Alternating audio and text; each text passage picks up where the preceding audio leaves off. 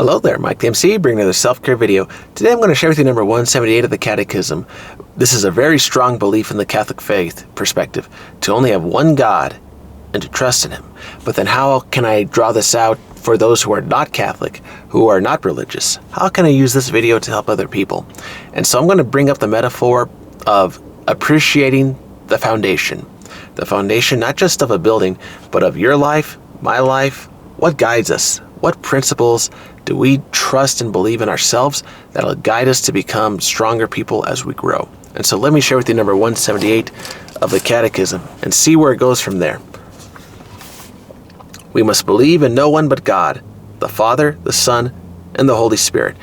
From the Catholic faith, Father, Son, and Holy Spirit, the Trinity. The Trinity is what we believe beyond all time that has protected us, guided us, created you, I, in the image and likeness of God.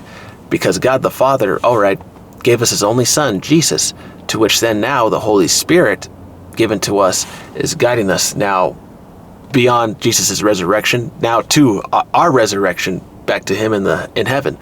And now the thing is, when you have those three working together, the three into one, see, that's kind of cool. When you think of it from a philosophical perspective, the parts make up the whole.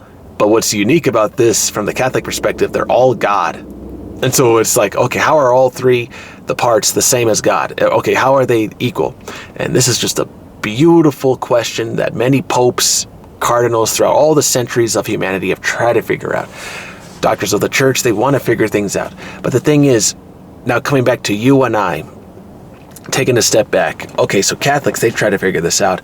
Even non-Catholics, non-religious people try to figure this out. How do the parts make up the whole? How does this relate now to you and me, principles and a foundation in our lives? How does this come to play?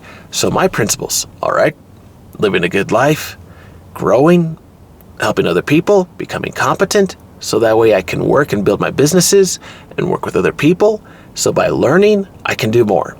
Those are my big ones right there. Learning so I can do more in order to grow. That is my word, my why, right? My word and my why. So your word and your why, when you figure this thing out, do you like to, for me it's growth, but for others, is it strength, endurance, learning, fortitude, right? I mean, there's so many beautiful words. Or failure. See, the fear of failure, the fear of making a mistake, not being late for an appointment, to not be tardy, right? And so you think, how are we going to make haste to take care of things that we got to approve of in our lives to take care of? How are we going to make sure that we don't fall behind the 8 ball, and to make sure we follow our why, our word that we put in you and I, the principles that we are driven by each and every day? How do we appreciate that? Do we write them as goals on a piece of paper? Write them in my heart, your heart, my mind, your mind, right? Do we have a scar even? Do we have some sort of memory that kind of drives us?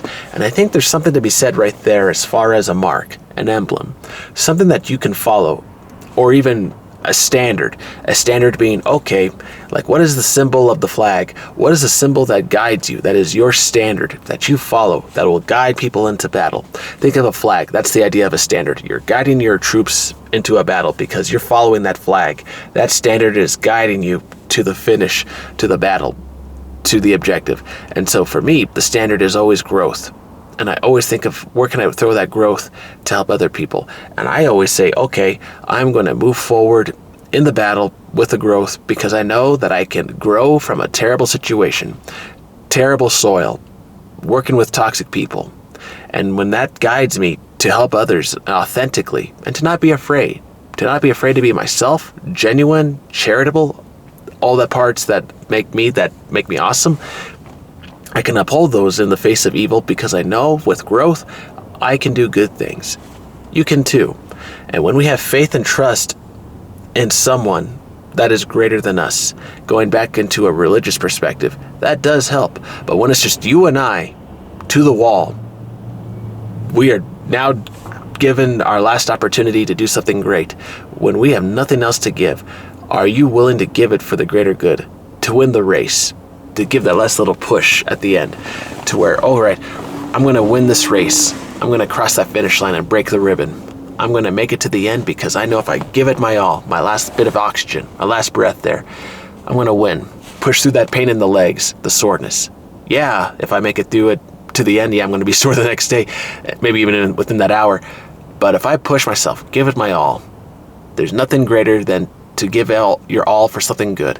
And for me, if you give your life for someone, I've mentioned this in the previous number from 177 to 178 now, for somebody else, to give my life for somebody is growth, and it's a wonderful cause to follow. And I'm guided by that through my principle. And then from the religious perspective, to know that, hey, someone upstairs is watching all that.